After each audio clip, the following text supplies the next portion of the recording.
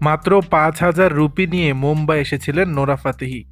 জন্মসূত্রে কানাডার নাগরিক হলেও নৃত্যশৈলীর নিরিখে ভারতে তার আকাশ ছোঁয়া জনপ্রিয়তা। তার নাচের ভিডিও মানেই অনুরাগীদের কাছে অন্যতম আকর্ষণ। সমাজ মাধ্যমেও তার অনুসরণকারীর সংখ্যা প্রায় ৭ কোটি। সম্প্রতি বলিউডে ক্যারিয়ারের ১০ বছর পূর্ণ করলেন নৃত্যশিল্পী অভিনেত্রী নোরা ফাতেহি। মুম্বাইয়ে পা রেখে তার শুরুর দিনের স্মৃতিচারণায় ডুব দিলেন নোরা।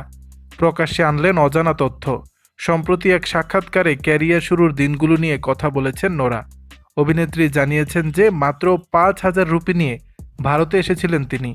মুম্বাইয়ে ৯ জন নারীর সঙ্গে একটি ফ্ল্যাটে শেয়ার করে থাকতেন। সেই অভিজ্ঞতা যে খুব সুখকর ছিল না সে কথাও খোলাসা করেন নৃত্যশিল্পী।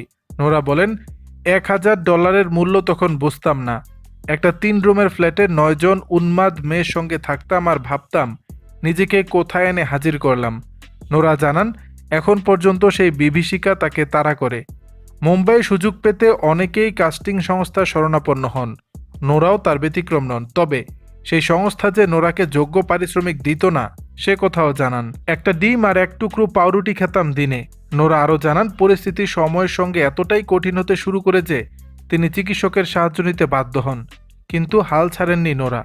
তবে লড়াইয়ের দিন কাটিয়ে সময়ের সঙ্গে নোরার দাবি বলিউডে তার পায়ের নিচের জবি শক্ত করেছেন। দর্শক, নোরা ফাতেহিকে নিয়ে আপনাদের মতামত জানাবেন নিচের কমেন্ট বক্সে।